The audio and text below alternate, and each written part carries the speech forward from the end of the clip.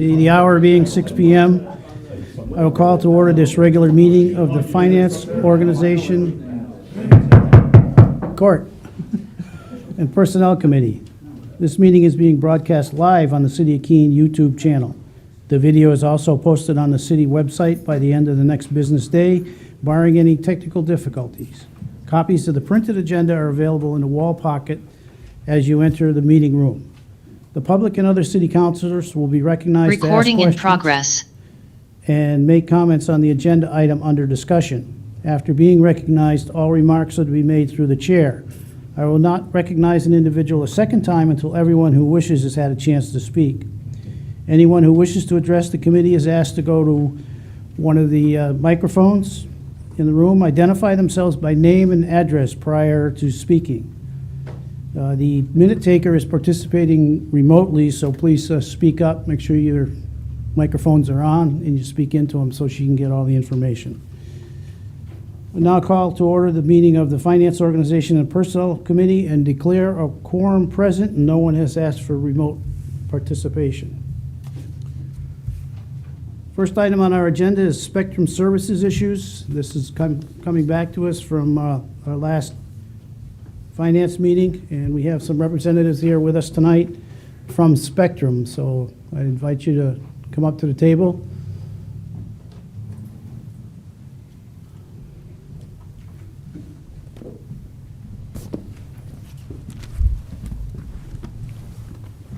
So as you know, last time we had a number of members of the public that came and spoke about the situation they are having for services, and you folks wanted an opportunity to be able to kind of look at all those comments and look at your system and come back and speak with us. And so here we are this evening, and we're ready for some good information from you. Okay, well, first I just want to introduce myself. I'm Michael Lisione. I'm the Area Vice President for Field Operations and Engineering for Southern New England, which covers the Keene system. So before we jump into, because I read through all the notes and concerns, I just want to thank everybody who took time to fill out notes and concerns in this panel for inviting us back and giving us an opportunity to speak about the issues that have been happening in the area. So the biggest concerns we've been hearing were a lot around connectivity. And when I talk about connectivity, it's specifically we're hearing a lot around video freezing, channels freezing, and people losing services throughout certain periods of the day. So we have done a lot of investigating around the issues, and we heard specifics around things like our hub sites and cooling. And we've done some work from the last meetings that are going to be completed probably within the next week or so, specifically around hub sites where we've added additional cooling units as well as additional powering units. And one of the large span outages that happened in the Keene area was directly based on a cooling failure. And we believe that having the third system in there is going to alleviate that, as well if we have any future issues that it'll have a backup component. Another piece is we're looking at monitoring. So today we've started a project where we're going to be enhancing our monitoring throughout the footprint, which will allow us to identify even smaller pocket outages that happen in neighborhoods. That project is going to continue probably the first quarter of 23. But we feel confident that we'll have that wrapped up within the first quarter, and that will allow for better monitoring for homes across not just Keene, but the surrounding areas.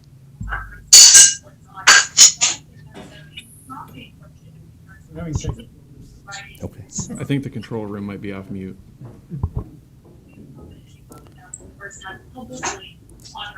If I have one more thing, I didn't know if somebody was trying to ask a question. Okay. Okay. Okay, I'll wait.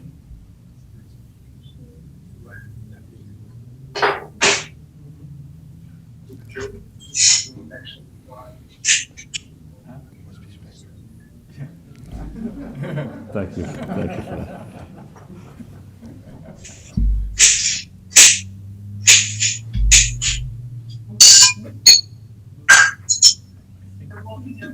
Where they've got a lecture set up for the president.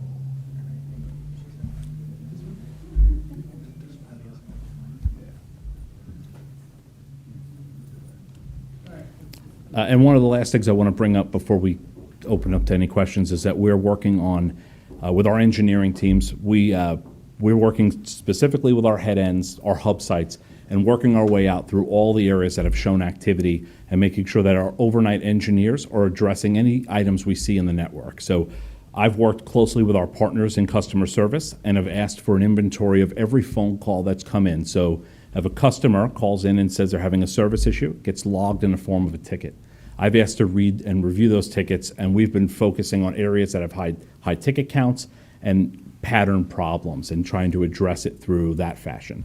I'm going to continue to get those reports monthly so we can see if we're getting better or if there's any additional trends. If something happens in between where we have a large spike, we would be notified through our current outage channels. So we feel good about our plan moving forward. I think the only missing piece to this is the line of communication, where I want there to be a better path instead of having to come through this process, where you guys feel comfortable if you're receiving issues that we can escalate those quicker and have people from my team as well as the government teams aligned in what we're doing in terms of the work we're going to be doing on the network. We want to communicate that with you guys so you know when we're doing it, as well as if there's something going on in your area. We had a large channel outage through Nesson. We went right back through our local channels to feed that information back to you guys. We want to have that level of transparency. I just think that's something we'll have to figure out post this meeting on who the right players are and how we communicate that. Thanks. Members of the committee, questions, comments? All right. Are there city councilors first? Seeing none, any members of the public wish to have an... Yes? Go ahead, Bob. Bob Trudell. Whoa, louder than last week. 671 Pack Ave. I kind of like what I'm hearing from these guys, if you really mean it. What was ironic is the meeting 2 weeks ago, I go home, turn the TV on, Red Sox is off for 3 hours. During the weekend, no audio for 2 hours. Last night it was all froze up. Turned on Channel 9 to watch the debate, that was frozen up. So I guess the debate is the same as the Red Sox this year. But you guys got to do something, and communication. One of you know what you had to make is if a customer makes a phone call to you guys and we lose connection, we have no way of getting that person we've been talking to without explaining the whole thing all over again after waiting a half an hour to get a phone call. You guys should call us back and say, hey, we got disconnected, don't know whose fault it is, and let's go on forward. I did have some of my neighbors come by and thank me for coming here and doing this. I said, well, if we don't say anything, nobody's going to know. And you guys got to do something for the money we're paying. And I can't say it's because I got kids playing on the computer, doing their games. I have one TV, one internet, and if I'm on the TV, I'm off the internet. So it's not an overload or anything like that. So certainly understood, and we didn't come here in front of this panel to make excuses or to hide from any of the issues that have been happening. We're here to help. We have your address, so if you have time after, I'd love to speak with you privately, and we can I'll look at your home independently with our tools and technology through the office, and then we can make an assessment of what's been going on in your area. I'm willing to bet that there's something larger that's not related to your home, but we're going to do the homework to do that.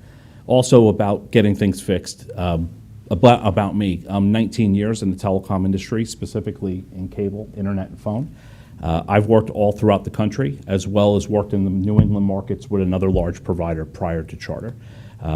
I specialize in fixing things like this, and that was one of the reasons why the company asked me to take on the role I have today. I started with this region July 1st. So I'm here. I'm not shying away from any issues, and I will make a commitment to being in front of this panel as often as we need to be until we get the issues fixed. Yeah, I'm in service. I understand, give you a chance, because everybody's not perfect. But it keeps going on and on with excuses. Unfortunately, we don't have any other place to go. So we're kind of stuck. If I didn't do it, they'd be going down the street to the next company. And we appreciate everyone's patience, and we appreciate everyone's business. And my commitment to you is that we will get this fixed. Okay, thank you. Thank you, sir. Thanks, Bob. Commissioner Clark.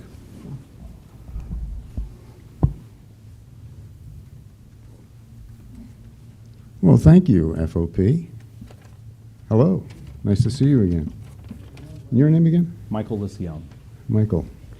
I'm really glad that you talked about complaints. Let me just preface that, and let me get into this. I did this prepared thing because I can't talk any other way. But anyway, I came here prepared to talk about my experiences on the Cable Commission when I was a citizen, before I was on the City Council in 2009. And I went to the city website and I typed in Cable Commission because I was on the Cable Commission, and it was vice chair after a little while. And only two things came up, but none of them had anything to do with the Cable Commission. So it was interesting to try to do some research on that. So you'll forgive me if I don't have any exact dates or anything, but as I remember, the city dissolved the Cable Commission along with the Economic Development Committee back in around 2015 to save staff time and money. And that's before you, Elizabeth, so you're off the hook. Okay. And I recall that the duties of the Cable Commission were passed on to the PLD. And after that, really nothing else was really heard as far as oversight of the cable franchise. We didn't hear anything about, because the Cable Commission used to have the authority to ask Spectrum or whoever it was before owned the company to give us a list of complaints that they had received in the last year. And I remember the last year that Cable Commission was in business, we asked for that, and we were given the answer that, well, nothing was in writing. We don't write down any complaints that were just over the telephone. When somebody calls and makes a complaint, they don't write it down. So they had nothing to report. And so probably that's why we're here today, is because when people in any kind of business call up to complain or to say, hey, something isn't right, there ought to be some sort of a record, and there ought to be some sort of a oversight. But in any case, after 2015, like I said, we didn't really hear much about the cable franchise. They renewed their franchise agreement, which I thought was, well, I thought it was pretty weak, because we didn't really hold them to any standards to do anything. We didn't even ask them to give us a report. And as far as I remember, we never got a report from the cable company about anything. Everything just sort of went, and just before I resigned from council under protest, the mayor, using a false narrative, held an illegal meeting to dissolve the cable channel totally together, just dissolve it. So we had even less to do with Spectrum. And it was always really pretty obvious to me that the city didn't want to have any interest in regulating cable TV. And it sort of comes to light tonight, because look why we're here. It's sort of like one of those bubbles that comes up and bursts. And that's not the way it should happen. It should happen easier. When people have complaints, things ought to be communicated. And I don't think that there's been the kind of communication between the city, the customers, and the franchise that there ought to been, I'm not even sure that the meeting here tonight will be of any consequence, because my question, I referred to it earlier, that when the cable franchise was, the cable commission was dissolved, it was given to PLD. So what committee of the city council, if any, really, has the authority to act on cable TV issues? And when were they given that authority? Because I don't remember that it was ever removed from PLD to FOP. I'm really not sure why it's here. Never really sure why it was given to PLD. In any case, we have an agreement with the franchise. And I think it's time that the council really takes hold of this issue and starts to represent the people of the city of Keene and anybody, well, I guess Marlborough and Swansea are out of our purview, but they really need to have an advocate. So I think you need to put together some sort of a system that works so that we don't have to come here. And I do thank you for your comments about the complaint system. There needs to be a complaint system. And it needs to be not just those people who write letters. Anytime anybody calls you up, somebody needs to write it down and take issue with it, you know. Take it seriously. I thank you for your time, and I'm really glad you come here tonight. I appreciate that. And I'd just like one moment to address one item. So Charter Okay, does. Just hang on a second. I apologize. Terry, for the minute taker who is doing it remotely, name and address. Oh, I'm sorry. I'd forgotten all about that. I'm Terry Clark, 14 Barrett Avenue. Thank you. Okay, Yes, go sir. right ahead. So I just want to address one item in there, and I appreciate your honest feedback. It's good to hear, once again, from everybody. Charter does record and log every phone call. So if a person calls in about a remote control, or they call in because they saw our truck drive too fast by their home, it gets logged, and it gets logged into our system. So we have a record of all those items. We don't openly share those records. If there was a process to it, we would obey if there was something that was ordered, but we do have a record of everybody's phone calls if it's calling about a bill or if it's calling about a service issue. I just wanted to make sure that's on the record. Thanks. Thank you. There's no questions to me. I'll just sit down and thank you. Yes, ma'am. So just to answer a couple of questions, I don't have the history of the Cable Commission, but I do know how it's supposed to be working now. Rebecca Landry, our communications and marketing person, is the contact person for all franchise-related questions and complaints, and we are listed on the bill. Our number is listed as the franchisee, and she does mediate the calls that she receives. So when someone calls and says, I've not been able to get my issue resolved with Charter, she will call until the issue has been resolved. And we've actually had really good luck at resolving issues each time we've made that call.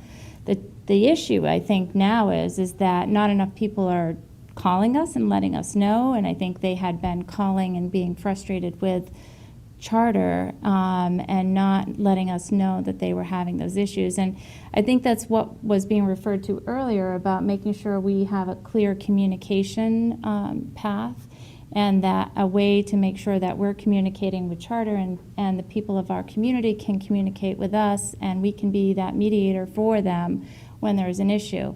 And, you know, any of the things that we need to make sure that the franchise agreement is being upheld, we can request those at any time.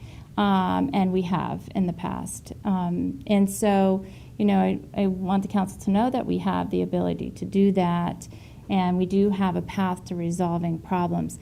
But some of these issues are that we've heard from the residents is really, they're more widespread issues. They're not the one-offs of I'm having a problem and I haven't been able to get it resolved. They're more widespread outages, and that is a much, you know, bigger issue, and it's very encouraging to hear about the changes and the improvements to the system from Charter and their willingness to come back and report and, you know, take any additional comments and questions. But it is important that we do encourage people to call and provide that information directly to Charter, and if they're not getting it resolved, to go ahead and call the city and contact Rebecca Landry, and we will help to resolve their complaints. But we do need to know about them in order to do that. Thank you. Further questions or comments from the committee? Well, you get priority, counselor, so Mitch? And then my neighbor. Not really, no priority. Mitch Greenwald, Ward 2, City Council. I like what the city manager said about a phone number, and I really hate to put Rebecca on the line for this. This past weekend, my phone and internet went out. Life went on, it was fine, I have DirecTV, I could still watch TV. So the vehicle is to call Rebecca. So the vehicle is to call Charter first. I to- can't be on hold that long. To log your complaint with them. If your complaint is not resolved, then come to us. I mean, we're not the first point of contact. We are here to help resolve an issue that you're not able to resolve directly. Okay, thank you for clarifying that. So I definitely need that phone number in my cell phone, because obviously I can't use the phone to call and tell you that the phone is out. We can help you with that. Okay.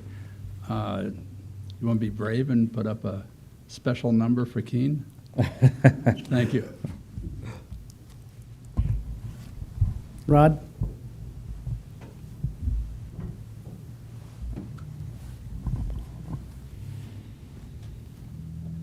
Rod Parsons, 104 Hurricane Road. Since our last meeting, a few things have stuck in my head. One is there's still a mysterious expectation of what I get in exchange for paying the bill monthly. And that goes back a little bit to the contract. What speeds am I really expected to get? I got a nice letter from Spectrum this past week that said, congratulations, we've increased speed of our internet to 300 megabytes per second. I decided to keep track of how I'm doing in regard to the 300 megabytes per second. For the past week, I'm averaging a download speed of 16 and an upload speed of 10. I know there are exceptions of how we can degrade that number by wireless versus wired connections, multiple units within the house. But, gee, 300 brand new service, and I'm getting 16 as a download speed. This is quantified information, but I don't know what our contract says our expectations are.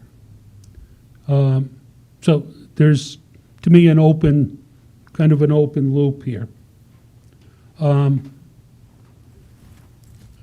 I think some of what we've talked about is good. I hate to hear 2023 for the start of measuring. Why are we not measuring today? And I don't know what measuring means. Is it a tap on a pole so we can see what Red Fox Circle is getting for speeds? Is that speed going up and down? Is there a threshold where we get the pixelation and we can expect a problem with Nesson because of something with their throughput versus what we've got for reality? So I think there's still quite a few technical holes that I haven't heard much of an answer to.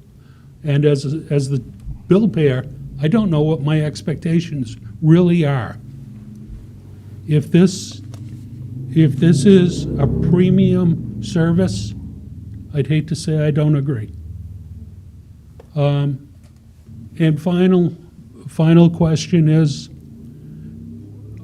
our franchise agreement, I think, intends to give them sole use of the community's poles, whatever, to provide a service.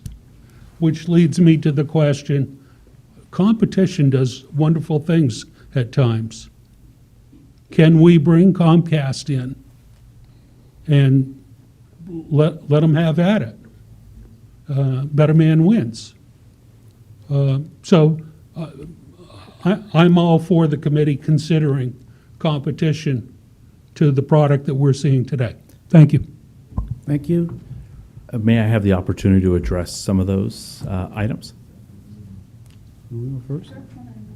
I'm so sorry. If you want to go first, go. Okay. You want this, you I want them to have. Here you go, sir. Give the address.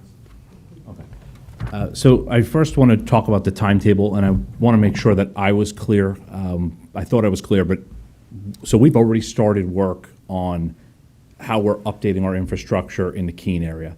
Measurements of speed, measurements of data of how our network performs has never stopped. We've been monitoring that since we've become charter, and we have not stopped monitoring that, and we continue to look at things like network performance and contention and all the items that really go into having service issues in a home. So I apologize that that wasn't clear, but the projects that I was talking about have started already and will be completed by probably the first quarter of '23, and some of that is just based on items being shipped and shipping delays. The second piece is, you handed this to us, so thank you very much. We will look at your home. We'll look at your home and we'll reach out to you and tell you if we see an issue. If you truly are getting these speeds, I apologize. That's not what you subscribed for, but we will do a deep dive for you and we'll make sure that we address this. You talked about the pole relationship. So the pole owners own the poles, not the city. So that's, we pay to get on these poles. So we pay for applications. We pay monthly fees to be on them. So in terms of competition, it's not a freebie. We as a company have to pay to be on them. So I just want to make that clear for the record. And I'm sorry, Elizabeth, I know you had something to say. And I just wanted to add, in terms of the franchise agreement, it's not going to be the contract you're looking for in terms of your service with Charter. So whatever you subscribe to for internet service, that would be between you and Charter, and it wouldn't be something you would see articulated in our franchise agreement. But it would be if you were not getting the service that you pay and subscribe for, and you don't get it resolved, if he doesn't look at your house and come and fix this issue, then you could come to us and we could help mediate the problem to make sure that your issue is resolved. So I just wanted to clarify that. And then the other thing is, I think people think because they have a franchise agreement we can't have competition. We can have competition. We don't get competition because it's expensive to put lines in the right-of-way and to buy access to these telephone poles. And so if we had competition, great, but our franchise agreement is not stopping that from happening. It's a matter of economics. Counselor? Clarifying, we don't have competition on cable internet. There are competitive internet services in Keene.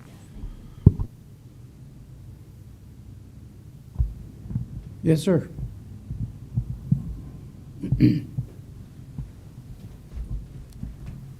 My name's Eric Garr, and I'm the competition. You do have, and I live in Hanover, New Hampshire, so I'm not a Keene resident, and I'm the president of Fidium Fiber. And I wanted to make 3 points. The first is there is competition. We do offer fiber optic services to Keene residents. So for those that want to cut the cord, they have an alternative, which we're happy to offer. We finished the network last year, and it's performing really, really well. And then the second point I wanted to make is we take customer service very seriously, and we do write down all our complaints. We have a NPS score system that we use that calculates how good of a job we're doing, and our scores are 2 or 3 times better than the industry average. And the third reason we came is we want to make sure that if we make a boo-boo, you call us. So we brought our cards, and if there's any questions you want to get to know us better, and we wanted to make sure you knew you do have another competitor, And we'd love to make sure you know that if you see us make a boo-boo, to give us a call, and we'll get to it right away. Thanks. Counselor. Thank you, Chairman. Randy Filio, Keene City Councilor. Just a couple of comments would have been made here tonight as far as who customers contact and if they have a complaint.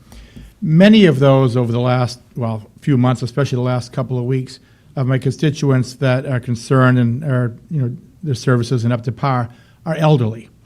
That particular generation do not like to call to make complaints. They don't like to call a corporate office, and the last place they want to call is City Hall. It's just generational. Fortunately, I know a lot of them. They've talked to each other, and my phone number's out there, and they've got it. So a lot of these calls come into me, and I've explained to them about calling Spectrum and about calling City Hall. And honestly, their comment comes back, and it's generational. They say, Randy, we just want our system to work. That's all. Please just tell them to fix it.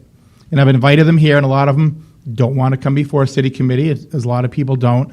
All they're relaying to me, as I'm relaying to them, as I'm relaying to all of us here, is they just want it fixed. They don't give their names. They're private. If the system's down, they just want it fixed. Now, I've told them I'll be glad to take their names and pass it on, but most of them don't want their names passed on. They just want the system fixed. Now, fortunately or unfortunately for this gentleman here, they did give me their card. They're going to be hearing a lot from me because every call and every text and every email I get, which has been averaging about 10, 15 a day, I'm going to be passing on. If they don't give their names, I can't pass on their names. But like I said, all they're just saying is, and obviously this is widespread, so this isn't just a onesie thing. As you've heard from some of these people here tonight, it happened last night, so it hasn't been fixed yet. And once again, all they're saying is, just please fix it, and that's all they're looking for. And I look forward to you coming back. Hopefully it's sooner than later, and hopefully it's fixed sooner than later, because my phone's blowing up, and I'm going to need a new service on my phone here pretty quick. Thank you. Yes, ma'am.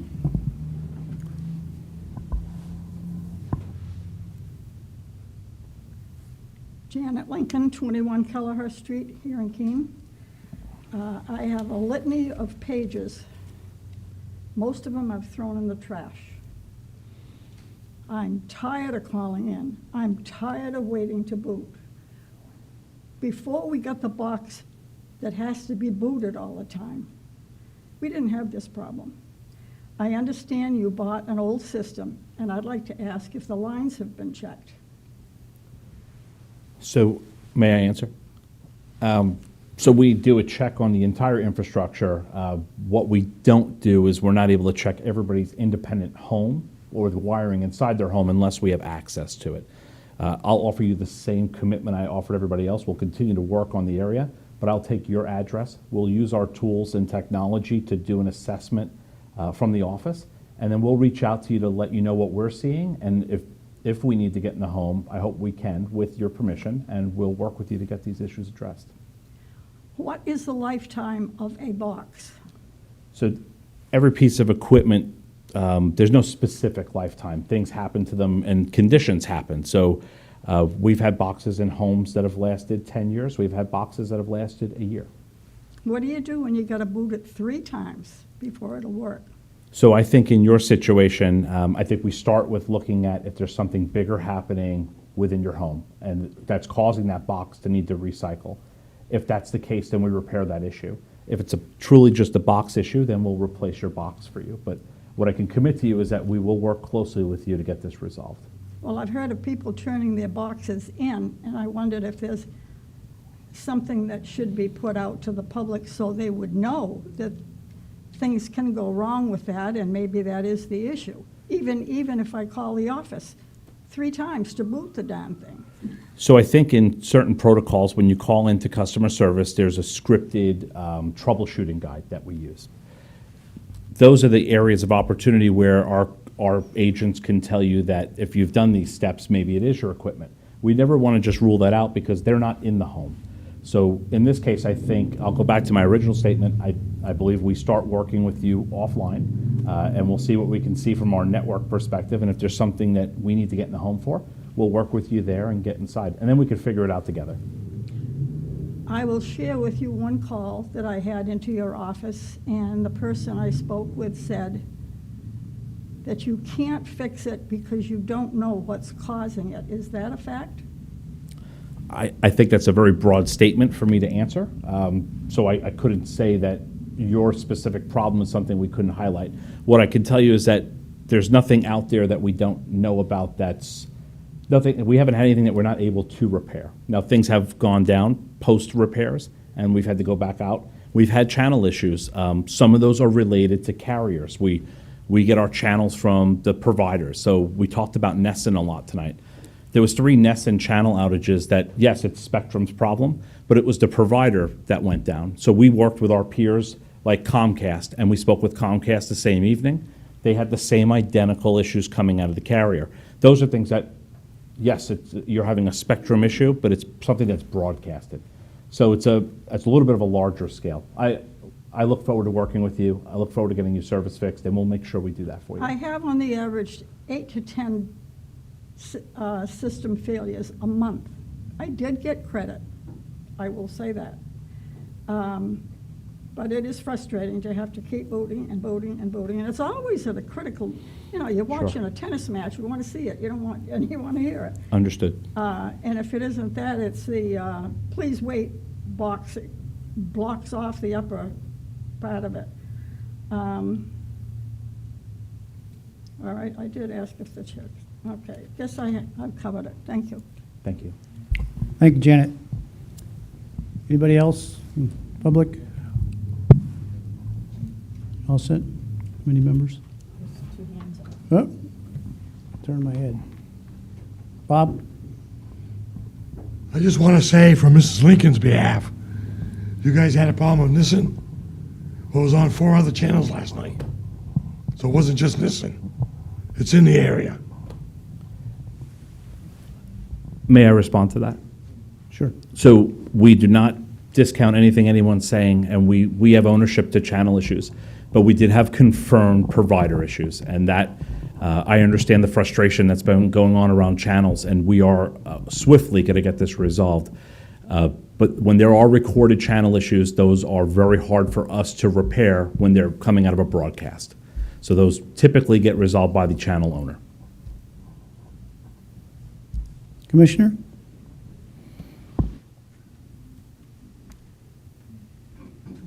Yeah, thank you for your indulgence.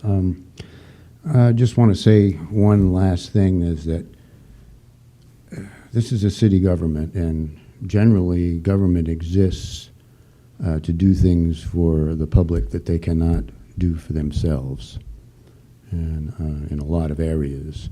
And this is one of those areas where the city actually has a franchise agreement with a company. It should not be upon the citizen to take care of this problem.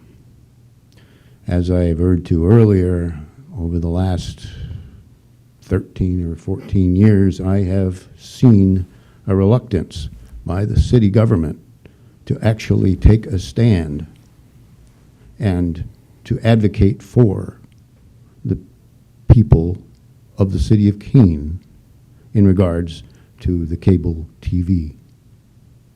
It is time for this city to actually decide who the hell they're working for. Now, please, put yourself together a system. Now, my question was not answered.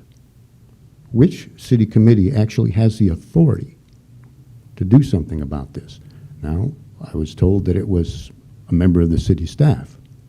Which committee actually has authority to do something about this and to stand up for the citizens of Keene? Thank you. Commissioner, you know well that each committee doesn't have authority. The authority is vested in the council as a whole. So this will come to the entire council next week. And our staff member is the one that manages it for us and brings forward the issues that we need to address. Janet, I'm sorry, just a minute, Janet, go ahead. Just to answer Commissioner Clark's question, in an email I had with City Attorney Tom Mullins, according to Council Rule 23, cable franchise issues are assigned to the FOP.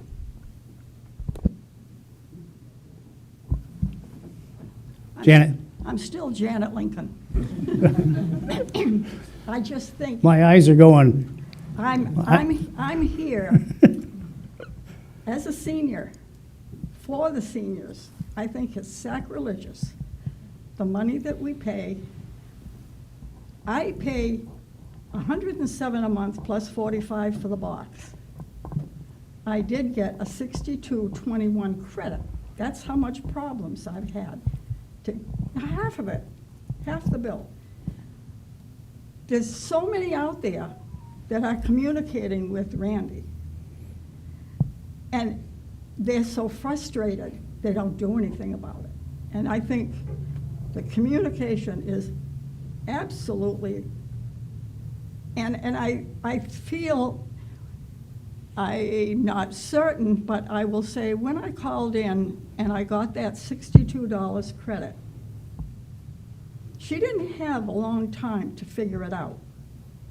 You have a record, it goes on our account. You just don't pay it forward with a credit on our bill. That, I think, is sinful, my statement. all right, anybody else in the audience? So if we had an expectation, we'd hear another report from you in, how soon? The status of those big items that you're able to peck away at here. So I think if we've been talking about a communication path with the city council, I think we should start with, we'll deal with anything that comes in. So any complaints, we'll deal with those real time. I think as in terms of infrastructure and any updating, we can probably work on a once a month update that comes to you guys, that you could just see the progress of what we're doing and what the next phase of our plans are. And if there's anything in between that where we know we've had a large outage or something has happened in the system, we've been working through our local government teams within Charter to get communication back to you guys real time. Okay, and I believe there's an expectation of at least 3 customers out there that are going to hear from you personally, probably on the way out the door to get information clarified. And Yes, sir. okay, great, thank you. When we're finished here, we will we'll sit in the lobby or wherever we're allowed to sit, and if folks want to come out and talk with us, we'd be happy to hear from them. Appreciate that. All right, we have a motion? So just before I make the motion, Mr. Chair, are we good with the informational piece here? Does that make sense with our projected timeline here? Sure. Move. Can I speak before you make a motion? Nobody Randy else? Phillips, City Go Council. I don't ahead. know what your exact motion is going to be, but whatever it is, if it's more time or whatever informational, I would prefer, if you would, that within 30 days or in 30 days or the 4-week cycle, that a representative from Spectrum does return to us. Printouts are great, paperwork's great, promises are great, but I think it's better having a live body before us to get kicked in the shins if things haven't been fixed yet. So whether it's this gentleman or somebody else, a representative, I would like a live body here within 30 days to tell us things have been fixed. May I? Sure. I'd be happy to be here monthly with you forever. Sure, you're going to regret that one. Whatever careful, be whatever you careful. guys would like. We will be here. You will have myself, or you'll have a member from my senior team if in the event I can't make a meeting. All right, thank you very much. Move to accept the communication regarding Spectrum service issues as informational. I second. It's been moved and seconded. Any further discussion by members of the committee? Seeing none, all in favor? Anyone opposed? Okay. You're welcome to take some space out in the hallway there and speak with the folks. You got at least 3 customers that have got some Thank you again. definite problems. Thank you. More. 30 days. Thank you, Charlie. All right. Second item, item number 2, Primex Contribution Assurance Program. Hi. Good evening. Assistant City Manager, Human Resources Director Beth Fox. I'm here this evening with an item that's similar to an item I was here probably about 2 months ago with you on. The city for a very long time has had an arrangement where we participate in a trust providing property and liability as well as workers' comp insurance. And through that arrangement, we have also participated for an extended period in their CAP program, which gives us the benefit of guaranteed rate renewal increases in the event that we have adverse claim experience. We also, through this organization, receive a ton of services that help us reduce our risks and manage losses.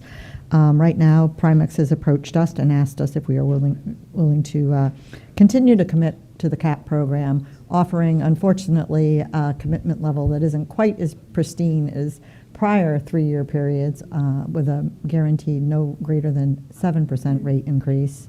But I think it's still very timely to consider continued participation.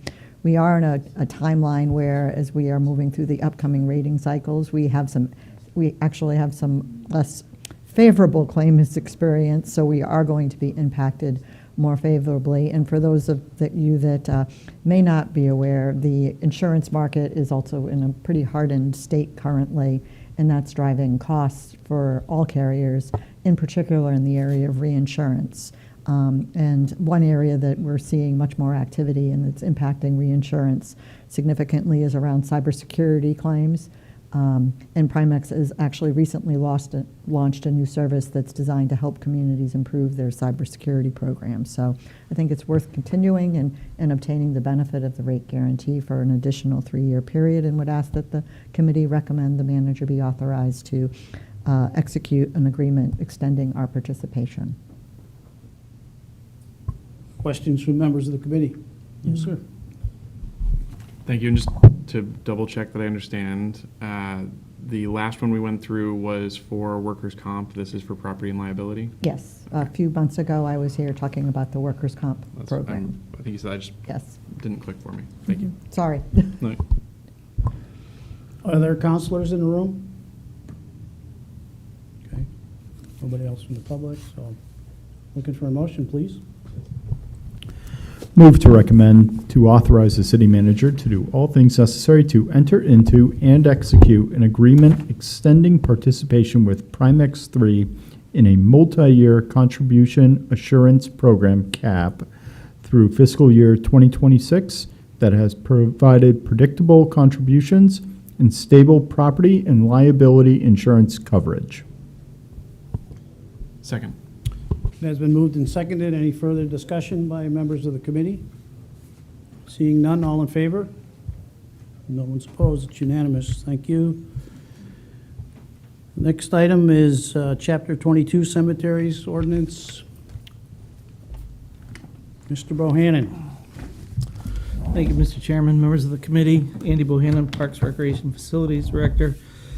Tonight, before you is an update to Chapter 22, which outlines cemeteries.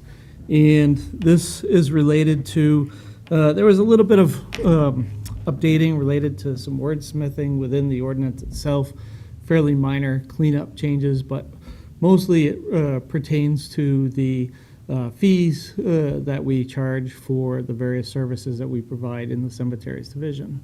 Annually, we go through a opportunity to see what other communities around the state are charging for their operations and kind of try to adjust to what they are looking at, some of the larger cemeteries that we are comparable to. And obviously, looking back at what we have done over the past 3 years has been fairly significant. And not only that, we have had a real change in our service is that we are now doing. A lot of families are no longer working through funeral homes. They're working directly through us, which takes a considerable amount of time from our operations, and certainly the sales of different lots. I think COVID probably brought out a lot of folks into saying, oh, we need to do something family related, and did that. But on the other end, that's just kind of our sales of our lots. Our burials have been really through the roof. And I say that of typically we would, if you go back into our numbers in 2020, and that was a fairly consistent number. We were averaging about 75 burials a year. This year alone, we've buried 107. And that is, we're still haven't hit October. And we still, so there were weeks where we were burying, had 7 burials, which is very unusual for the city of Keene, just very not typical. And so a lot of these services are really, and they're back to back. We've had a lot of questions related to our weekend burials, and this was kind of driving this opportunity to revisit this and create some equity for all denominations. And so we took a look and said, this is what other communities are doing. There were a few communities that offered Sunday burials. I reached out to them, had conversations of why they offered that. We had some opportunity here in Keene to revisit that and looking at all the faiths and saying what is necessary to be welcoming here in Keene for all faiths. And so we moved from a Saturday burial only to a weekend burial through this new ordinance update. We've adjusted some of our fees. We have changed some of the hours so that when you do have a weekend burial, on Saturday, it was only from 9 to 12. We kept that same time slot and moved it on to Sunday as well. And the fees have changed fairly significantly on a weekend, driving, hopefully, if there is a need for a weekend burial, it's there, it's available, but really it's cost effective to do it more in the week. Obviously, you can't dictate when somebody passes away and they may need that weekend burial. It's available for them. So we wanted to make things just more equitable across the board, and we feel that we did that with this ordinance update.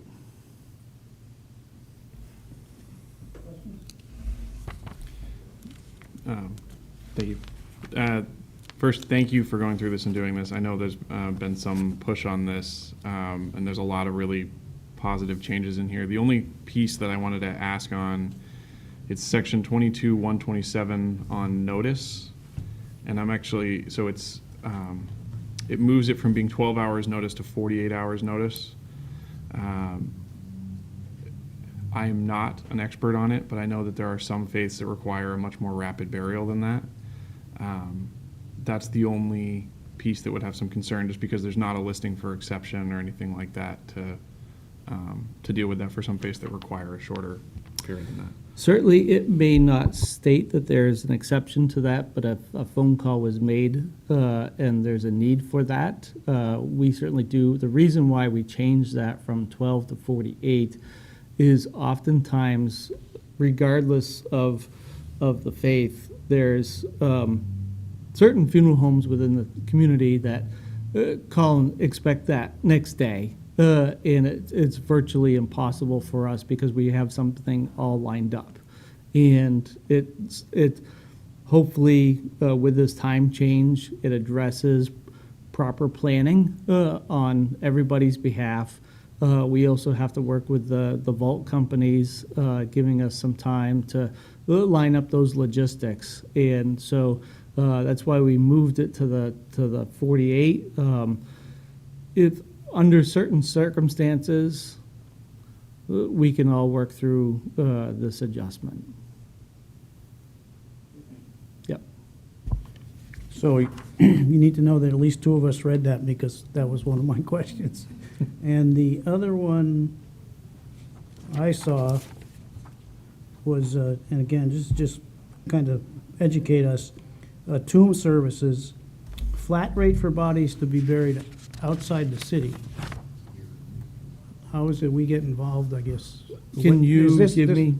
Oh, I'm sorry, it's on, it's under Article 3, it's right to the bottom of that section. Article 3. Article 3, Division. Miscellaneous charges? Yes. down at the bottom.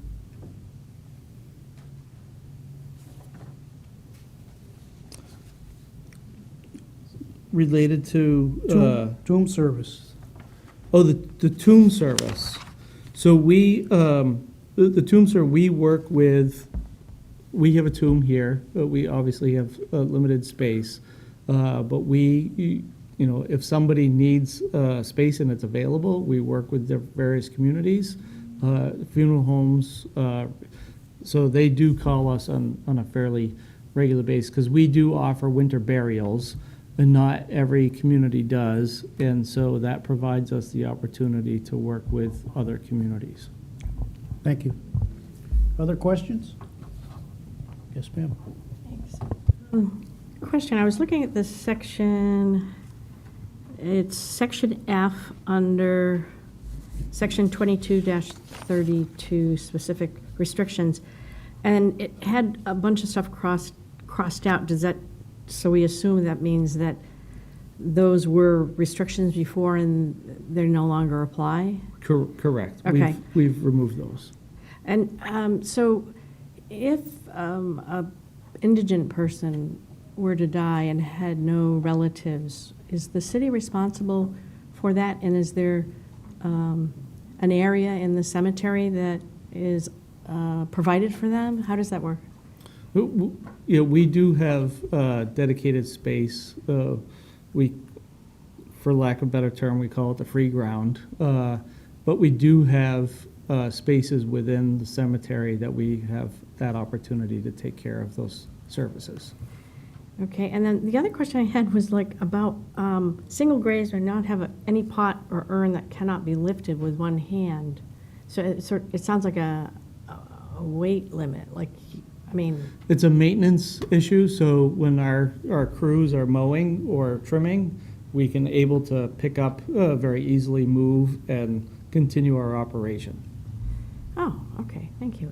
And then one last question is personal. I've taken over somebody else's affairs, and they have a huge lot up there with, like, I don't know, 11 or more gravestones on it. How do I find out if that is perpetual care or if I'm responsible for it? Do I call Parks and Rec? Yeah, you can call our office, and we can assist you with that. Thank you. Yep. Other questions from the committee? Members of the public? Seeing none, looking for a motion. Move to recommend the adoption of ordinance O-2022-12. Second. It has been moved and seconded. Any further discussion? Seeing none, all in favor? Anybody opposed? It's unanimous. Thank you. Thanks, Thank Andy. you.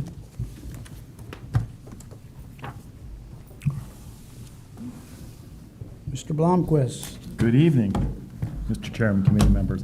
I guess I'm still always amazed in this business municipal how literally we're touching people every day from cradle to grave.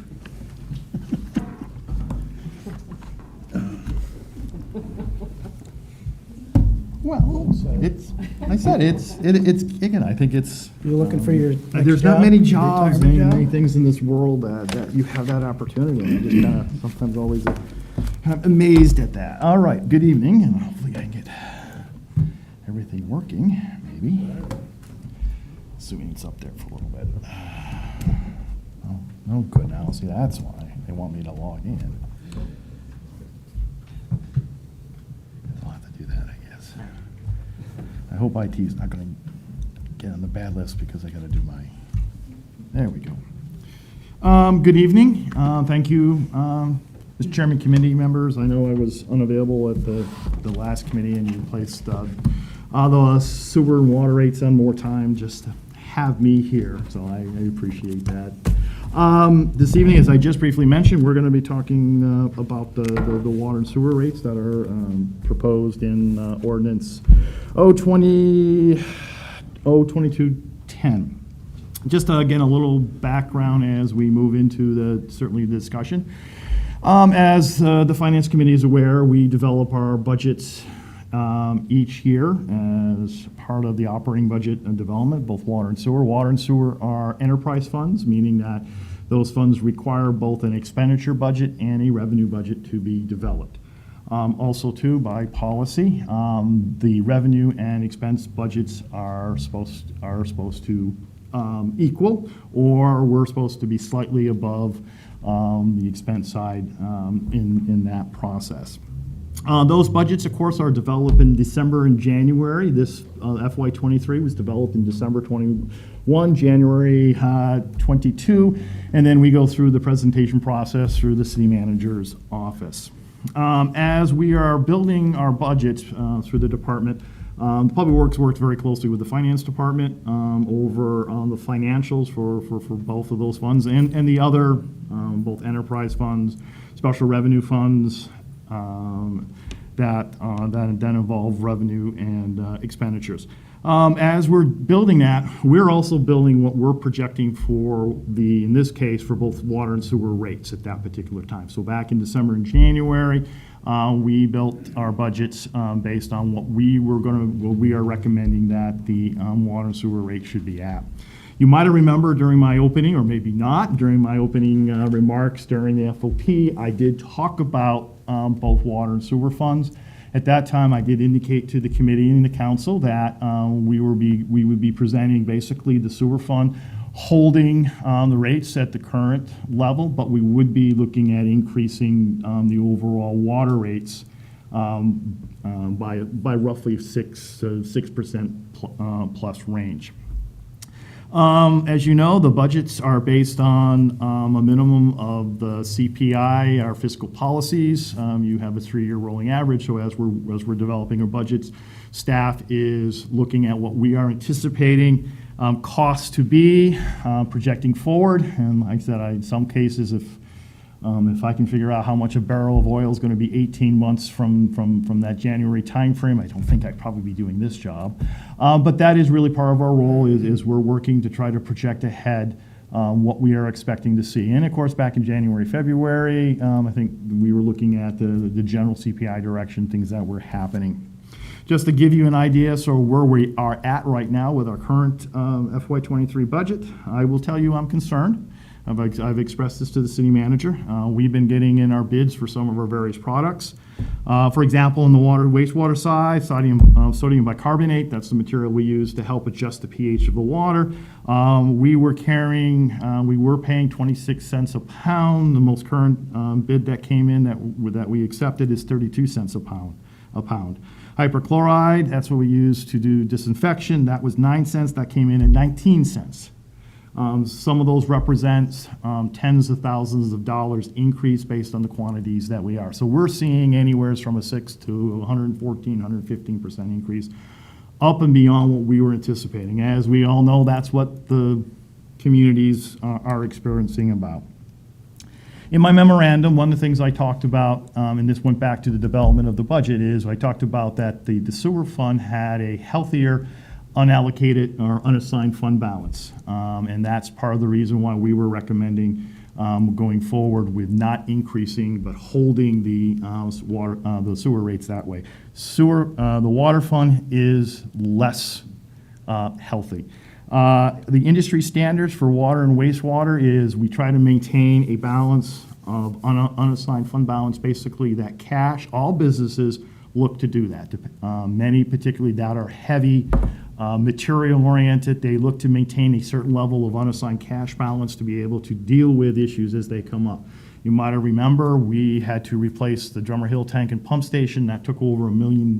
We had to move that up in the CIP. We were able to do that because at that particular time 2 years ago, the water fund unassigned fund balance was at a point that allowed us to combine some capital project remaining balances and take funds out of it. That was over $1 million that particular time. Right now, the sewer fund has an unaudited balance of about $2.7 million. The unaudited water fund unassigned fund balance is just around $1 million. If you look at what would be our top operating expenses per day, as I mentioned, our industry standard looks for about $270 a day, 270 days of having unassigned fund balance. Right now, we're at about 110 days for 110 days for sewer or for water, and about 210 days for sewer. So sewer, as I mentioned, when I mentioned the word healthier, it is healthier than water. So right now, we are concerned financially that, again, the water fund is very taxed. As I mentioned, as we develop the budgets, these are the assumptions that we do to develop the budget. So when you basically adopt the budget, you're adopting those assumptions in those directions. I know there's a little concern about what's referred to as our fire service charges. I'll just talk briefly about those. As doing it, fire service charges are a way of recovering the expenses for the infrastructure, particularly on the water side, for the capacity that's required for fire protection. And there are multiple levels of fire protection. You go through when you're working on your rate building, you are looking at both public fire protection, and then you're also looking at private fire protection. Right now, our fire protection is over about $1.2, $1.3 million total. But of that, about 60% of that, 70% of that, we are saying it belongs to the public. And you may want to ask, well, where does the public recover their fire services? That's what's in the volumetric rate. So a typical single-family home or duplex, that hydrant on the street is part of their fire protection, because without that, the fire department, of course, can't get the water. And when you look at the infrastructure for fire protection, our infrastructure on the water side is about anywhere from 60 to 70% overbuilt than what's required for domestic needs. So if you can think about it, that 6 or 8 inch water line that's out there is not for domestic. I can get away with probably a 4-inch water main to serve for your domestic needs in your residential neighborhood. But that reason we're at that higher 6 or 8 or 10 inch main is because we have to provide 1,200 gallons per minute, so for the fire department to be able to respond. For your commercial businesses, we're talking about being able to provide certain levels of protection for sprinkler systems, et cetera. So that system is sitting there sort of like that backup generator. It's sitting there waiting to be called upon. And some folks, I know, don't quite understand that, but there's a cost to have that in the ground. There's a cost that when we go through and replace it, we're replacing it so it's there and available. So that's really what your fire service charges are there for. It's to recover that ready-to-serve charge. If you think about it, if you don't have, again, adequate fire protection, both property and life are more at risk, and if you're looking at insurances, typically you're going to have a higher insurance payment as a result of not necessarily have it. And some of you have heard about the chief talk about our CSO rating.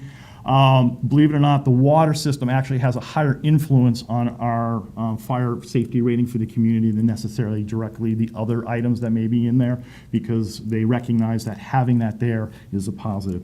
So that's really what the private service is. So if you look at our budget book, there's about $280,000 is what's in our revenue section of our book. There are four sections of revenue in our operating budget. One is, again, the fees for the volume consumption. Then there is hydrants. Those are the private hydrants. Then there is the fees for the individual for fire services. And it's appropriate for a certain amount of, those recoveries from those commercial, industrial activities, because again, they're required to have that for their activities and their uses. One of the things that when we're beginning to look at the rates ultimately, and one of the things is we are going to talk a little bit tonight, and I provided some examples we'll take a look at, is the idea of ultimately the cost. One of the things to remember, I know it can seem scary that something's going up 50%, but when you start talking about a water and sewer bill, it's made up of multiple components. You have your fixed charge, you have your volumetric charge, and those are typically what you see on your residential bill.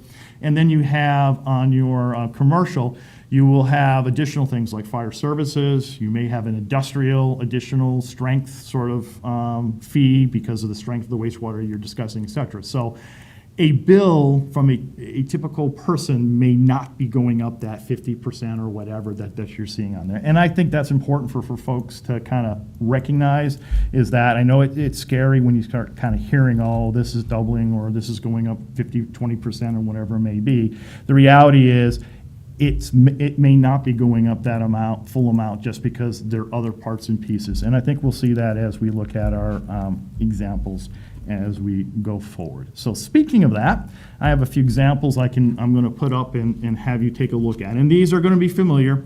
You might have remember seeing these when we were doing the rate work now 2 years ago. It gives you an idea. And again, I'm not going to say that these are perfect, because each individual connection, each individual account is a little bit different. Some people, use more water or less water. But one of the really, I guess, easy things that I'm going to put out there right now that people can do is, since we're holding the sewer portion the same, they can take their most recent bill, they can go and read it where it says how many 100 cubic feet that they use, and they can multiply that by the rate that we are recommending. And typically, most people have a 5/8 inch meter. They can and then add that to it, combine those two, and that will tell you how much your bill, if you use the same amount of water approximately that you used for the most current billing, will be for the future. And I think you're going to see that as we start talking about some of the examples. So again, in our resident, as I mentioned, most of our customers, and I got to get there we go. Most of our customers, about 90% of our system of our accounts are residential. That's about out of, we have about 5,900 accounts, 54 of them are 5/8 inch meters. Yes, there's probably a few businesses or commercial activities that are using 5/8 inch meters, but in general, the majority of our customers are residential. So speaking of residential, I have a couple examples. First is what you've heard us talk about before, is a residential low consumption. And again, that's a typical customer using about 600 cubic feet in a quarter. And sometimes we may not always think about, well, what's 600 cubic feet? Well, 600 cubic feet is about 4,500 gallons. So again, it sounds low, but it is quite a bit of water over, again, a 3-month period. So over a 3-month period, yeah, you're using about 1,000, 1,200 gallons a month. So you're about 100 gallons a day is what probably a typical load. And that's typically a 2-person, senior, etc. So looking at our example right now, based on the 22 water and sewer rate structure, that customer would be paying about $143.99 per quarter for their water usage. Now with our proposal, which is to increase the volumetric rate up to $5.35 and a slight tweaking of the fixed. And again, talking with the finance director, and again, you may be wondering, well, why did it drop 3 cents? Well, we added some more meters, some more customers, so that kind of tweaked it. I guess I would have preferred just to kind of hold the current one because it dropped 3 cents, but we did publish it out this way. So if you apply the $5.35 to that 600 cubic feet, that customer today will now pay $145.10. So that is a differential of $1.71 per quarter that they will be now paying differently, or about $6.84 in the year. Certainly, if they use more than 6, then they'll go up a little bit, but down. But as you can see, that increase is about 1.3% from a cash value. And that's why I like talking this way, because we are talking about what a person is going to write a check for. So that lower volume user, that person who's using 600 cubic feet or typically less, as you can see, in a year, is going to see about a $6, $7 or less change to what they're currently paying. So that's not a bad change considering everything else that's going on out there. Next is our typical, what we have as a medium customer. So now we're talking somebody's using 2 times the amount of water. That's about 1,200 cubic feet per quarter. Again, as you see, again, if they're under the current rates, they would be paying around $211. Under the new rates, they would be paying $214. So a difference of about $3.45 per quarter, or about $13 or $14 per year that they would see their increase in their bill. And again, as I said, everyone's out there is a little different. Each of their quarters is a little different. This is looking at if someone was used that amount every single quarter. But as I know and you all know, sometimes you use it more, sometimes you use it less. But still, we are still talking in that $14, $15 range for the entire year. If you're a person who's watering your lawn, you're out there making sure everything is looking green, or you have a family of 4 or 5 and teenagers that you can't get out of the shower, so you're probably on my higher user end. Now we're up to about 1,800 cubic feet. And again, to put that in perspective, 1,800 cubic feet is roughly 13,000 gallons of water per quarter, or almost 4,000 gallons of water per month. So again, I think sometimes you can talk about, again, cubic feet, people don't understand, but we're looking at a person who's using 4,000 gallons of water per month. Again, for this, today they'd be paying a bill of about $279, about $280 per quarter. In the future, they'd be paying about $285. So there's about a $5 differential per quarter, or about a $20 per year change in it. And again, if you start thinking about, again, what do I pay, what costs me $5? I know I just went to Dunkin' Donuts, and my 2 favorite donuts and my medium coffee was $6.05. So that gives you, again, it gives you a perspective of what we're seeing, again, as the city is providing a service to our customers. And again, you're looking at about, again, a $5 change per quarter. So that's our residential. Again, we always do this. This is important to us because we want to understand, again, what the impacts are for our customers. The other group, certainly, I keep track of, and so does the finance director, is we do look at our industrial, commercial, et cetera, customers. And this is one of the ones where we now talk about some additional charges. This is where the fire line charge comes in. So here, again, is what I call a medium commercial type of customer. They're using, I don't know if I didn't calculate out what 1,500 cubic feet of water is. You can multiply by that 7.48 to give you the number of gallons. But that's a good amount. That would be kind of one of our, again, a large apartment complex. Those would be those sort of kind of things there. They typically have a 3-inch meter. Then if I look at my list of customers, this medium range is in that 3-inch fixed meter size. And most all of them have a 6-inch fire line. So today, the folks right now, again, we're not changing the sewer. So today, for water and sewer, from a consumption standpoint, they're paying about $18,415 per quarter for that 1,500 cubic feet, or 1,500 cubic feet of water. Today, their 6-inch fire lines is $144 per quarter. So for a total of about $18,559 per quarter is what they would see their bill at. So what would be a equivalent of the new bill? Well, their water, basically their consumption side of the house, would be about $18,559. About a $445 increase over the what they're seeing on that side of the house for that consumption. And yes, their fire line charge, what we're recommending to go is up to $282, I'm going to call it. One of the things to remember is our fire line and service charges, the last time they were adjusted was 2009.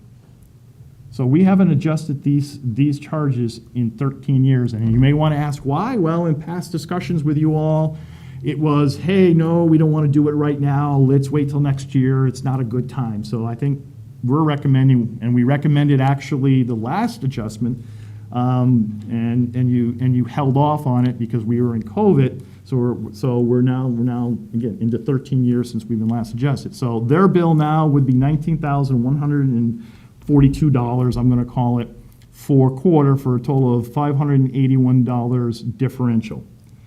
That's a 3.13% increase. So when they're writing a check, they're writing a check for 3% higher than what they're writing today. And I know some folks express concern about inflation, et cetera. I've already was mentioning to you about what the city is seeing for our increased costs of many of the materials and supplies. So I think we felt that, hey, this is something that's reasonable, that a business would sort of expect to see in this environment. Businesses are increasing the prices because of the materials and things that they receive for their products. I think we felt that this was a reasonable way of reasonable amount. I have a very special customer that's important for me. This is my largest water user in the city of Keene, and you can probably know who that customer is. They provide lots of things to our restaurant industry, our hospitality. And I always have to, when I do water rates, the owner always calls me up and either says, I understand, or Court, can we have a conversation? So I always look at what projection potentially that customer is going to be, because they are my largest customer. That customer uses 6,000, almost 7,100 cubic feet of water per quarter. Today, and they also have a 6-inch fire line that provides, again, that protection for their facilities. Today, per quarter, right now, this quarter has a value of $76,680, almost $77,000 they're paying us per quarter. Under the new rates, that customer would be paying now a total of about $78,672 per quarter. So that's about almost a $2,000 difference per quarter. And again, we're talking per quarter. But what does that represent in sort of an increase in their costs? 2.6%. So their cost for their product, for us to provide them water and dispose of their waste, because that's got to remember that's the other half of this, is disposing of the waste is going up 2.6%, which is less than some of the other items that they use that go into their particular product. So I would be very comfortable right now in talking with, and I think the owner would also be kind of look at me. Of course, he's going to give me grief, but also too, it's going to be grief that understanding that I think that we're reasonable in that particular area. Overall, I think as staff said, and during the budget process, we feel that we have met the council goals both from an expense and a revenue. I think we are taking care of our customers. We are providing a product to our customers that they need, and we're disposing of the waste that they generate as they need. Just to give you a sense, underneath the new rate, just to give you an idea, our water, underneath that $5.35, what's the cost per gallon? 0.71 cents. It's not even a penny for us to produce that water to provide to that customer. On the wastewater side, it's 0.84 cents. So for a total of about 1.5 cents per gallon. So if you take a 16-ounce bottle of water you buy for $1, and there's 32 ounces of water in a gallon? 64 ounces in a gallon, excuse me. That's $4 per gallon for that bottle of water that you're purchasing. For us, we are providing clean, usable water for our customers and disposing of their waste that they generate for about a penny and a half. So I think you can be proud of the services and what we're providing for our customers. So hopefully that, again, gives you just a reminder of the things that we've talked about, and again, a little background that goes. And again, everyone likes statistics for me. As I mentioned, we have about 5,900 accounts. We have about 877 public hydrants, 267 private services. We also supply water to the North Swansea Water and Fire Precinct. That's a revenue source to provide for that. So staff feels we've met what the council's goals have been, and we also feel that this is very defendable for the community and for our customers. So with that, I will answer any questions, and those that I can't, I'm going to drag Mary, the finance director, up here with me. Thank you. Before we get into a lot of questions, I think we need to clarify, right? No, it's annual versus quarterly, that's why they're different. But for those who are watching and those that are looking, when they look at the ordinance as it's proposed, as they read the ordinance, that's the annual fee. For fire services, that's the annual. You're not going to pay that 4 times or No. whatever it is. So that probably was a shocker for some when they didn't have page 2 or didn't read page 2. So Correct. Yeah. those that might have questions for the director. Yes, sir. Thanks, sir. A couple. One, there's a Scrivener's error in the ordinance. Fire protection. The word protection is spelled 3 different ways, and only one of them's right. Okay.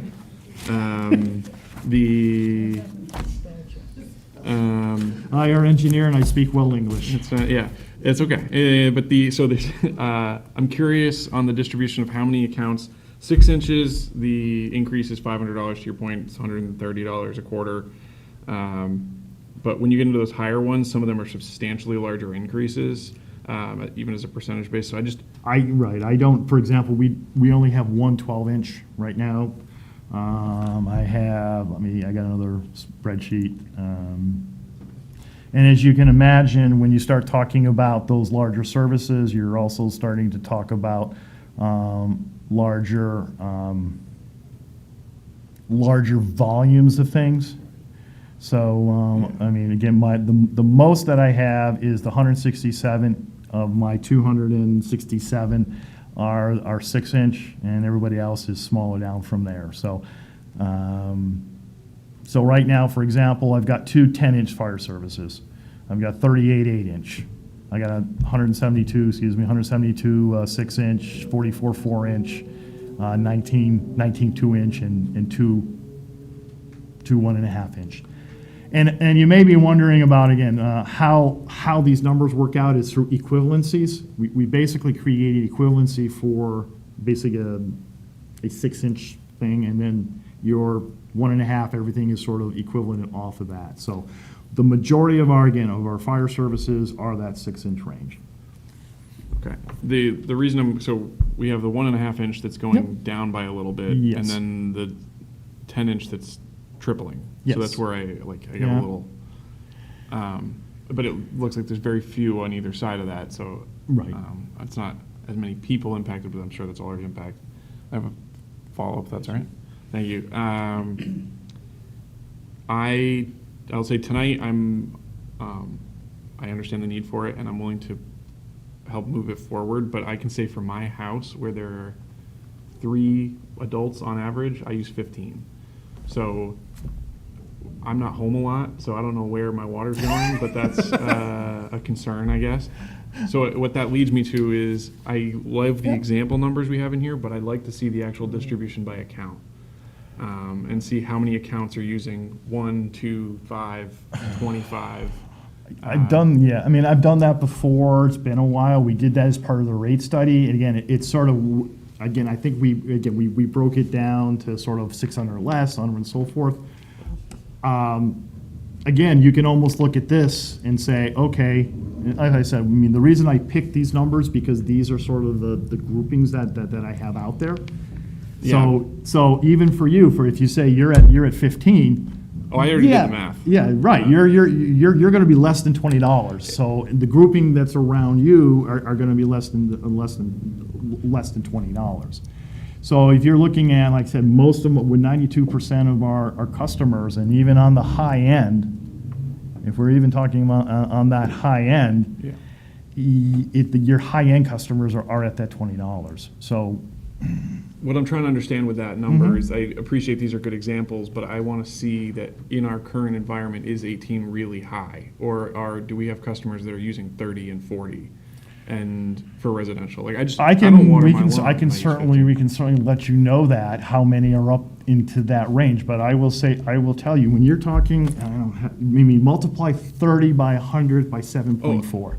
I mean, that is, from a residential usage, there's a problem there if they're in that range. Yeah, And a 5/8 meter is probably not going to be servicing that. I'm going to be looking for leaks around my house. I will tell you. Well, that. But I gotta the, say, give me a call and we can get you set up to come in and take a look. I mean, I guess for everybody, on our meters, there's a little red arrow down kind of next to the dial. That's a leak detector. So what you can do is literally, when pretty much you're done for the day or before you start your day, just go down and look at that. If it's moving, There's water moving. there's water moving somewhere in the house. It's probably a toilet. If it's not moving, then you don't have anything, at least on your turn on your plumbing.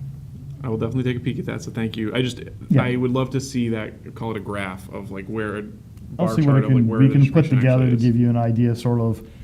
Again, it's back to how we choose sort of those blocks, but if, again, those higher ends, but again, I think you're talking about, but again, the other thing you gotta remember is people have control. I'm a trust book, I just want to see that's all. Once Yeah. I'm not going to vote no tonight. That's all. I'm not going to vote no tonight, I want to see the distribution before we go to council, like what that looks like. I'll see what we can pull together. Thank you. Damn it, I thought I turned it off. It's dinner time. Sounded like Mario. There we go. Other questions? One up here from the audience. Counselor?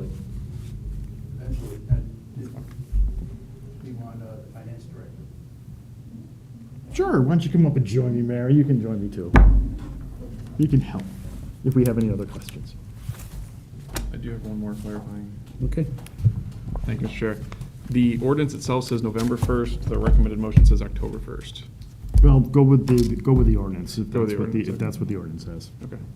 It's just, again, unfortunately, for me, I have to give, for example, the North Swansea Water Precinct, I gotta give them 60 days notice from when you adopt it, for when the new rates go into effect, so they'll get the old rates for.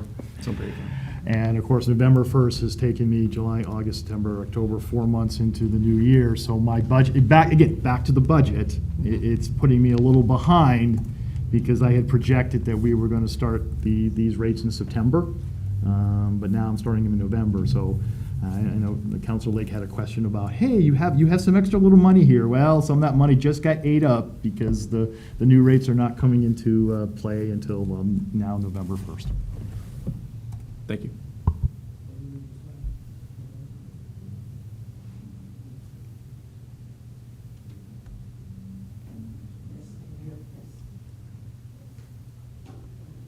I just want to add one thing. Court did a phenomenal job. But as I said, trying to just get the right spreadsheet up here, with the parking fund, same thing goes here, is that right now, let's say with water fund, we're sitting at $1 million for unrestricted fund balance. Over the next 7 years in the CIP, from 23 to 29, you have approved $7.37 million cash-funded projects. $1 million is not going to get you that far.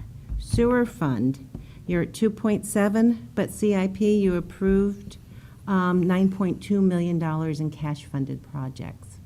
So, again, when we're looking at the CIP and the whole piece, all the puzzle pieces put together, having a strong fund balance or unrestricted fund balance is critical. And also, again, as I said, we're going out to bond. $1 million unrestricted fund balance is not that strong when it comes to bonding and the rates that we may anticipate. So we really need to start building and start making money. We need to turn a profit. This is self-sustained. It's similar to the private sector with businesses, where you want to build up your retained earnings, save the money so you can do your projects that you need to do. And this is no different. And you don't want to go back to the taxpayers and have them foot the bill somehow for some of this. So I just wanted to reiterate that this is in the same situation as like we talked about the other night with the parking fund. Counselor? My turn?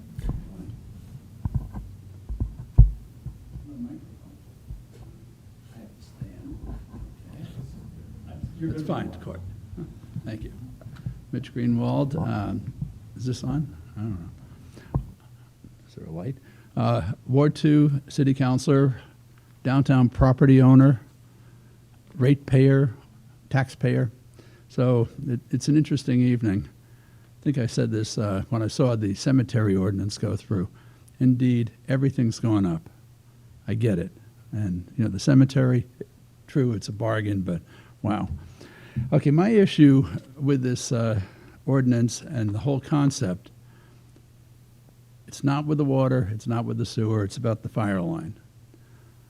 At first, I was going to probably object to the whole concept of how this is set, but I realized that we had a big study done. The whole rate for water, sewer, in my mind, should be based on the volume of water used. And that just is not the concept with how we charge this. I get it. In the budget, there's a sum that has to be raised. We voted it. That's a fact. How we raise it for the water and sewer, that's the variable. We have this rate study that was done. So how we shuffle it around has to equal the total. Again, my issue is with the fire line question. Doing the percentages, I'm not a math guy. That's my wife's job. Court made a fantastic presentation, very nice graphics, very interesting, and it reminds me of the expression, you can make statistics say anything, and it does. So one thing that I picked out in this, the slide with the a large water user, can you flip to that? And I think you said something about a 2% increase. Well, yeah, that's true, because in the large water user, and you know, I can't help the poor guy who has the property that has a water bill like that. I thought mine was bad. That is a huge amount of water. And that, in a sense, dilutes the charge for the fire line. So the percentage is not really accurate to be looking at that as a percentage of the total bill. So just running down the percentages as my weak math did, the 4-inch line is going up 51%, 6-inch 51%. Then it gets into the bonus round. 8-inch 134%, 10-inch 169%. I don't understand why there's a difference. It should be the same all the way through, if anything. I'm sure Court will explain why, because these numbers didn't just appear. There's some logic behind it. What it sounds to me is that the larger water users, particularly looking at the 8-inch and 10-inch, there's a feeling, well, they could afford it because they're bigger and their businesses are bigger. And by relating their otherwise the water and sewer to their fire line, the percentage is not that much. But I just don't think it's right. Most of the fire lines are 6-inch. I was going to grab a cup to do a visual aid. So just imagine for a second. Here's my fire line. My fire line, I paid for it. I paid to have it installed, and it's going to sit there in the ground, well, specifically mine since 1986. No water's gone through it. None. Consumed nothing. But every year, I and every other fire line building are paying this fee, and that's not right. I get it. Have to have the sprinkler. Part of doing business. Required for insurance. Required for fire safety, for life safety. But it's an annual charge. I just don't get it. It's just a dead pipe laying in the ground until it has to come to life. Maybe we should think in the future about, well, if you actually use it, then you get charged by the hour or something of that sort. I think a whole lot more fair would be to look at what the rates were, and let's put the cost of living, inflation on it. 7% last year, 8% this year. It's an increase, it's moving us along, and let's plan on doing that every year so that we don't get smacked with this larger rate increase. I don't really expect that this committee is going to change the rates. I will bring this up with a more specific, not just 15%, but actual changes to it at the next council meeting. So, any questions other than thank you? Thank you for listening to me, and probably I'm going to hear that, oh, it's really not that much money, but I don't know. Even my building is $1,000 a month, and I and other multifamily property owners don't have the control that a private homeowner has, where we have to provide the service to our tenants, and it's a major issue. So now I'm speaking not counselor, I'm speaking more just as an advocate for the private property owner, multifamily people. Fuel's up, taxes are up, water's up, and then we die and cemetery's up. Thank you. Yes, Court. Oh, I'm sorry, that's your job. Go ahead.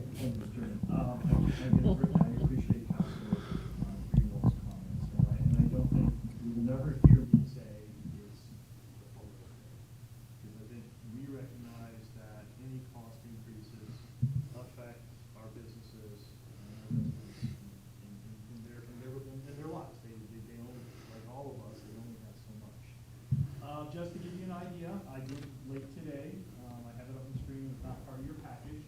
I did do a low commercial business, the most current billing. Possibly one may recognize it or may not, but this is a low usage. Whoops, I'm sorry. This is a low usage, more of a low usage commercial. This is a multi-family. About 333 100 cubic feet there today. Their bill is about just over $5,000. Their bill in the future would be about $5,300. So about 200 and some odd change in their change. That's a 4.6 increase. Yes, our lower, and I saw Councilor Remy kind of do the yes. Unfortunately, our lower users do feel it a little bit more. Just because, again, the volumetric does take it. But one of the things I have to remind you of, the expenses don't go away. So if you are to drop the fire services down to some other level, because we have to raise a certain amount of money to cover those expenses, those are going to shift over to the volumetric. So now my higher user, who has higher volumetric on the other page, they're going to skyrocket, because of course they're a high volume user. So I think, Mary, what did you calculate? Just to give them a rough idea. The 15% increase in the fire line based on the current rates, we would have to leave or make up for $203,000. So in order to do that, your volumetric rate would increase an additional 30 cents. So the increase from the current rate to this proposed rate with just a 15% increase in the hydrant is a 59-cent increase in the volumetric rate between current and this proposal. So again, again, Councilor Greenwald did talk about it. Again, your rate building, as we talked about, I know it's been a while. Part of it is looking at how to appropriately allocate expenses. Residential users, which are 92% of our customers, again, do not utilize the fire line services. Their capacity is lower. So that's what the hydrant out in the street is for, and they're actually paying for that as part of their volume, that general volumetric along with it. So you're doing, if you were to do something like that, and you can think of it, you'll be shifting sort of these commercial business expenses over to your residential customers, which again is okay if that's the philosophy you want to do. But we put forward what I think is an appropriate way of distributing the cost to the appropriate customer classes to recognize that, again, they're going to recover these costs. And of course, as we know, residents can do certain recovery for the expenses they see, and a business can utilize and recover their expenses in a different way. So we did take a look at it. I know Councilor Remy did the aha, because I knew he was going to go there when I did the lower one, but it's 4.6%. That's still within the range of what the council set for our goals for our fiscal policies for this year. So again, I appreciate Councilor Greenwald's concerns, and I think we need to hear them, but I also think we have distributed the cost in a fair manner. So again, I'll answer any questions that I can. Thank you, Mr. Chair. That brought up another question for me of, like, in a very large user, to Councilor Greenwald's point, the volumetric rate the fixed rate is a very small percentage of their total usage. I would be curious what our rates would go to if we eliminated the fixed fees entirely and moved 100% to a volumetric rate. I know for very small users, they would likely see a dramatic decrease. I would because they're recommend paying $70 strongly, a again, fixed right I would now. recommend strongly against that, because, and again, the industry practice, and I'm not aware of any wastewater company, private too, okay? Manchester Waterworks, Pennachuck. Part of the thing that you want to do is revenue stability. You want to know that as a business, you're going to have some minimum amount of revenue coming in to be able to cover, again, those rated surcharge. I got a plant sitting on the hill that if no one uses a single drop of water, it has to be paid for. So if you go to theoretically a volumetric only, you're putting at risk saying, okay, how are you going to pay for something if everybody decides, hey, I'm not going to use any water? I think, again, we talked about this as part of our rate structure. When you talked about low users, those things, we talked about potentially having some tiered, and again, there was no interest in that.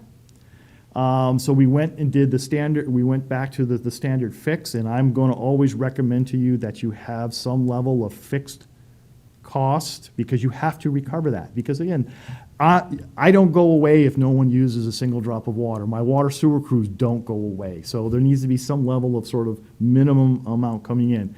We're only recovering, I think, on the water side, that fixed rate represents about 30% of the, or was it 20? It's 20% of the total operating budget cost to operate. 20% that's being covered by that fixed fee. So 80% of it right now is being recovered by that volumetric. And I think his sewer is 30/70. I think that was a little higher, just because that has a higher value, that equipment's higher. So we're getting nowhere near sort of that minimum revenue in. And again, I would ask any business if they're going to, they would put 100% of their cost into something and not have some minimum come back as doing it. We all see that. I mean, a minimum charge for consumption of material when you just sit on site. So again, I would never recommend to you to go to 100% volumetric. I would always recommend a fixed. But then again, this is part of this philosophy, and again, it's going to be very difficult to try to do this in the next 2 weeks.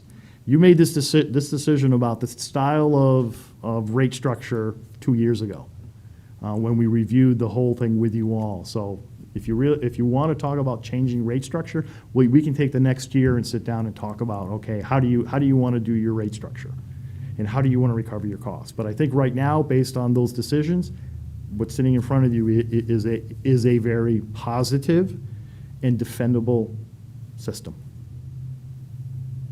Thank you. Your 80% gave me enough to do some crazy math. I know. I was It watching you. You was start doing the finger. I was watching you. It's Okay. a very nice impact for our low users and an incredibly large impact for our largest user. Oh, God. Yeah, interesting thing about that. Someday, if you want to see the spreadsheet, come on by. We'll go through the rate spreadsheet. You'll love it. Thank you. Further questions, discussion? All set? Yes, ma'am. Yeah, I just want to say, I'd already heard from people, kind of like Randy was saying about cable. I heard from a lot of elderly people that are on fixed incomes, and, you know, hey, you just went up a year ago, and now you want to hit us again, and we're getting hit, like electric just went up over 100%, and, you know, so I'm not crazy over this, and I kind of feel like when Mary puts it into perspective, like how we voted on the capital improvement and the budget and everything, I think, boy, you know, we should be axing some other larger unnecessary things and covering these, even though I know this is sort of, what, self-funding, if that's the right word for it. But anyways, I wish we could, you know, we're going up on parking, we're going up on cemetery. I just wish that we could give them a break somewhere. And I appreciate that.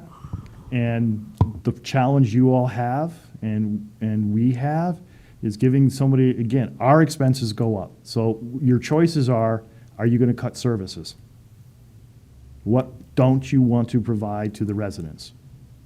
And that's really where, when we talk capital program, and I know this is, you're starting to hopefully see that all these pieces are connected together, and sometimes we treat them individually. But when we talk about the capital program, that impacts this. When we talk about the operating budget, that impacts this. So that's why it's probably important to ask those questions there. But you're really at a point of telling me what not to do anymore. Because what I'm doing is costing more. I mean, those prices that you're seeing those other things go up at, we're paying those electrical prices. The city of Keene is paying those electrical prices. I'm paying those gas prices. We're paying those diesel prices. And the only way for us to keep the prices level, I have to not doing it. So for example, to keep the gas prices down, because the police department is my largest user of gasoline in the city of Keene, tell them to park their cruisers. And I don't think that's the service level we want to do. I mean, the Councilor Powers knows that when you look at our gas usage, he was here, he sat on that side as a chief. That area uses the majority of our gas. I use the majority of the diesel. So for me to cut down on diesel cost, I have to stop running the trucks. So that means, hey, I'm not going to plow this storm. That's a way of cutting cost. So keep that in mind as we talk these things, is we're really at a point of, we're talking about service levels now, when you start saying, hey, how can we give people a break? I think we did really, really well here, and I think you need to be proud of that. Because like I said, $20 for that, or $8 for that low-end user, that's really, really good. As a representative of the people who elected me, I need to give voice to their concerns. I understand that. All the while supporting staff. Yep. It's a balancing act. So It is. it doesn't mean I would vote against it. It means that they need to feel heard. Absolutely. I mean, I answer the phones probably as much as with the calls, because they call us to ask about questions. So I know, I appreciate it. Hopefully, I'm giving you the information that you can sit down and let them know, and for them to kind of understand. But it is, again, I get it. Trust me. I mean, my 88-year-old mother, I'm dealing with all these on. Okay, anything further? Yes, sir. Thank you, Mr. Chair. As some know, before I started working in emergency services, I actually did consulting for the drinking water industry, primarily in rural parts of the state.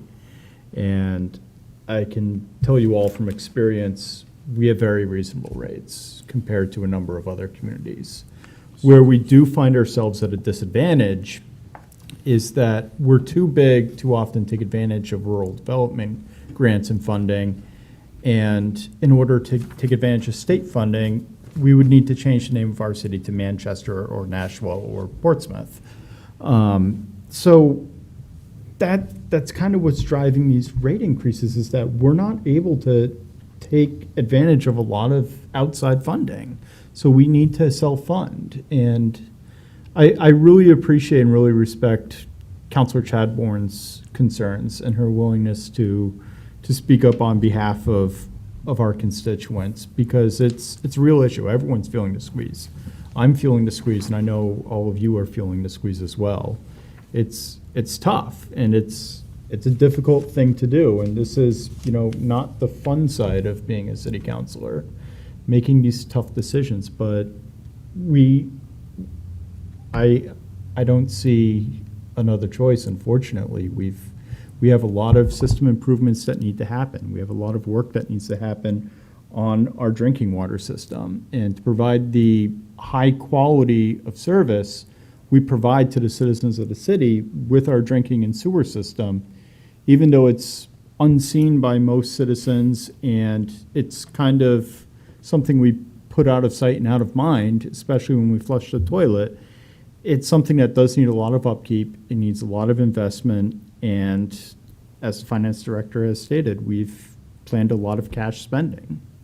So unfortunately, we do need to raise rates to pay for what we have coming down the line. What I will say is, for our concerns about raising the rates on our constituents, we do need to be in touch with our state representatives to call on them to more aggressively pursue state funding for drinking water projects and wastewater projects for this side of the state.